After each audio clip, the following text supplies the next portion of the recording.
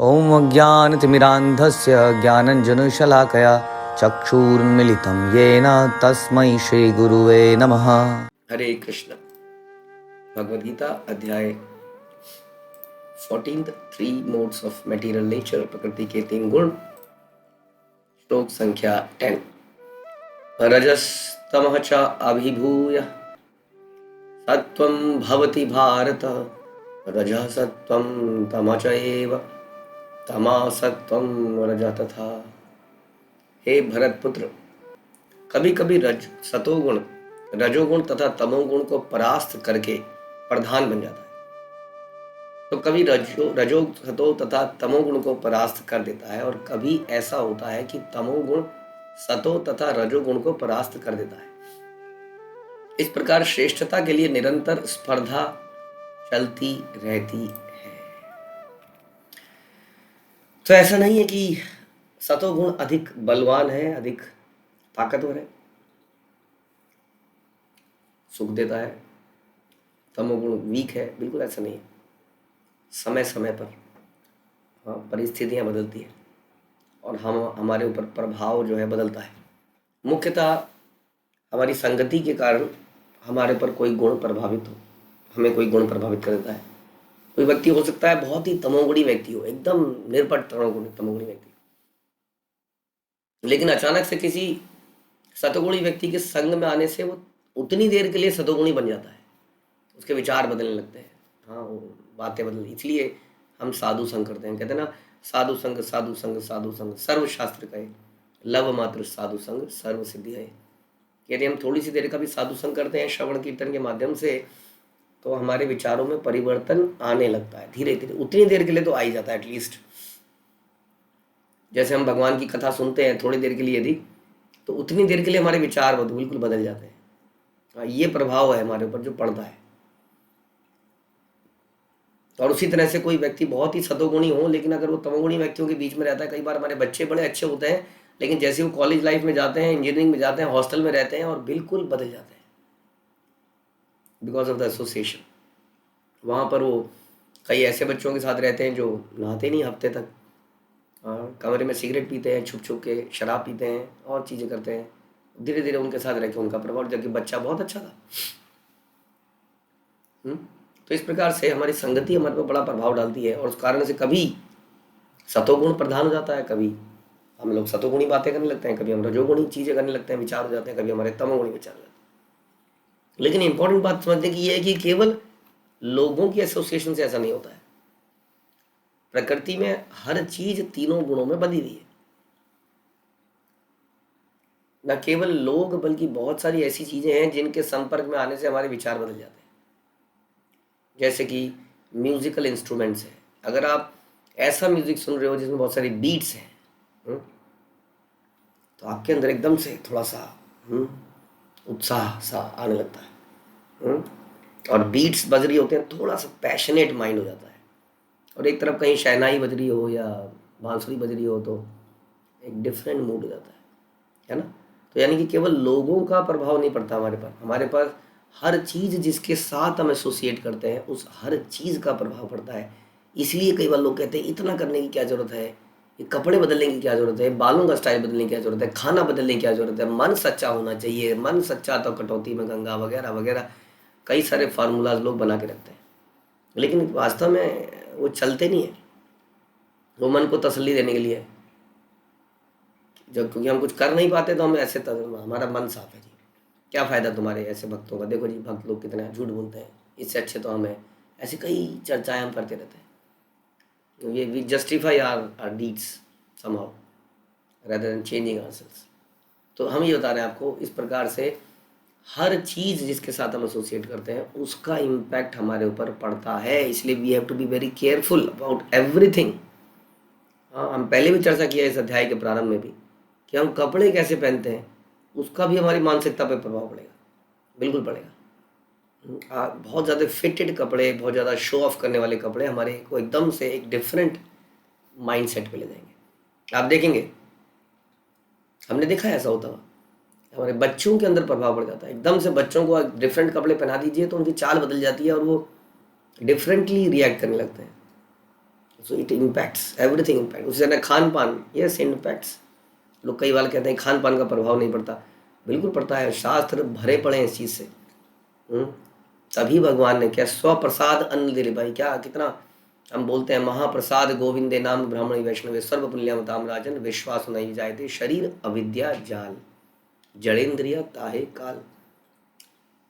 शरीर अविद्या का जाल है और इसके ऊपर जड़ इंद्रियां हैं, जीवे फैले विषय सागर है। और इस संसार में आदमी इस शरीर और इस जड़ इंद्रियों के साथ गिर चुका है इस विषय सागर में। हाँ, तार मध्य, और उसके ऊपर एक जीव दे दिए है। तार मध्य जीव आती लोभमय सदुरमती, जो लोभी है, ग्रीडी है, हमेशा कुछ मांगती है। ताकि जेठा कठिन संसार है, you cannot win over this टंग।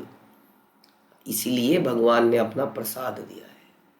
इसका मतलब it is important, what you eat is very important. Otherwise, you cannot win this tongue. If you cannot win the tongue, you cannot control the genitals.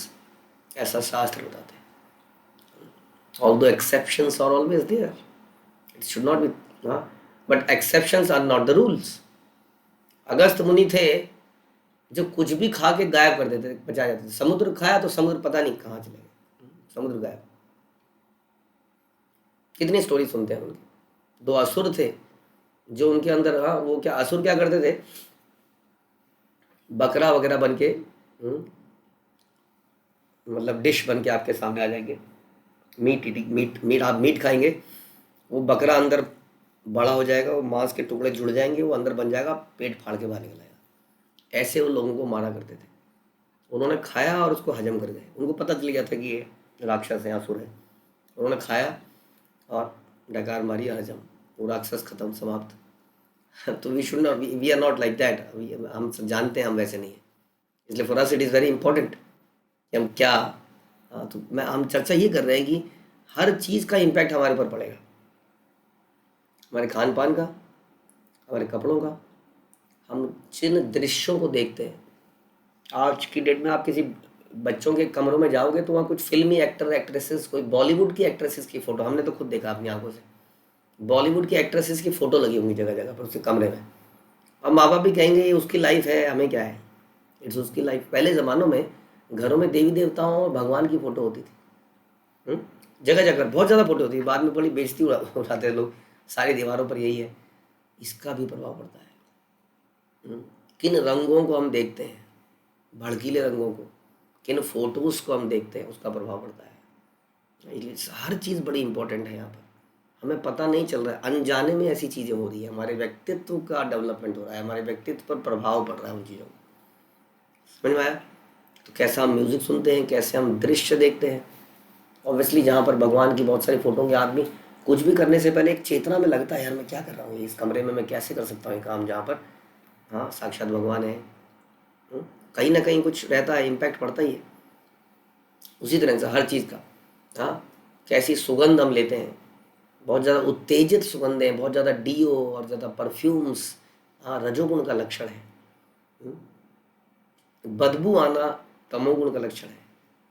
हाँ, तो इस प्रकार से हर चीज़, हाँ, तो हम किस चीज़ के साथ एसोसिएट करेंगे, हम ये चर्चा कर रहे हैं। उस हर चीज़, न केवल कंपनी, न केवल मनुष्यों का इम्पैक्ट पड़ेगा, बल्कि हर चीज़ का पड़ेगा। इसलिए हम बता रहे हैं कि कभी कभी सतोगुण रजोगुण और तमोगुण को परास्त कर देता है और हम सतोगुणी प्रधान हो जाते हैं। कभी रजो, कभी तमो, कोई ना कोई किसी को हरा के प्रिडोमिनेंट करता है हमें और हमारे विचारों को उस तरफ घुमा के ले जाता है।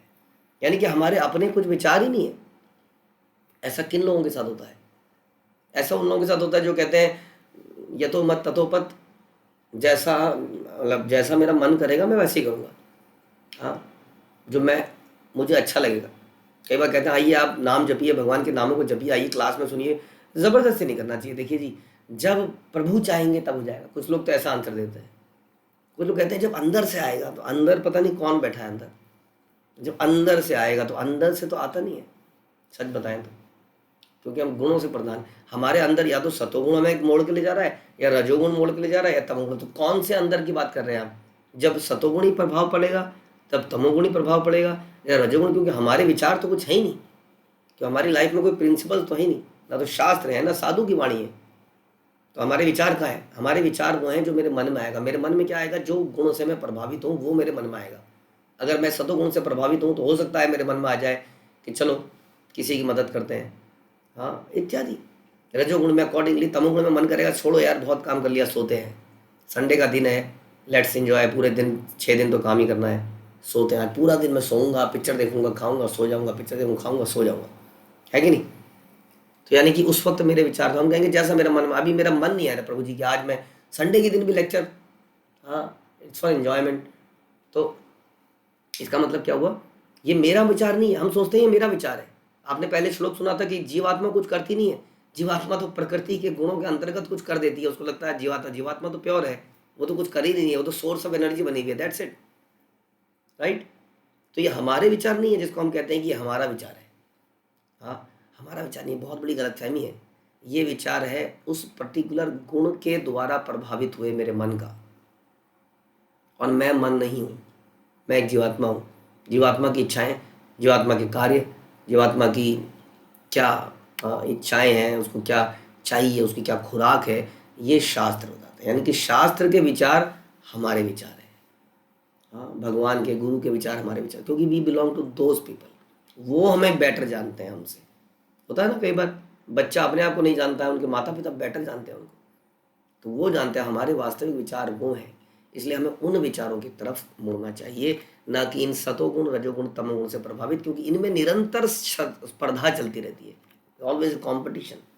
हाँ, हमारे बीच में कोई होगा, क्या कहेगा कि चल यार चलते हैं, एक एक लगा के आते हैं सिगरेट, नहीं नहीं यार मम्मी पापा को पता चल जाएगा, अरे छोड़ दे यार क्या पता चलेगा।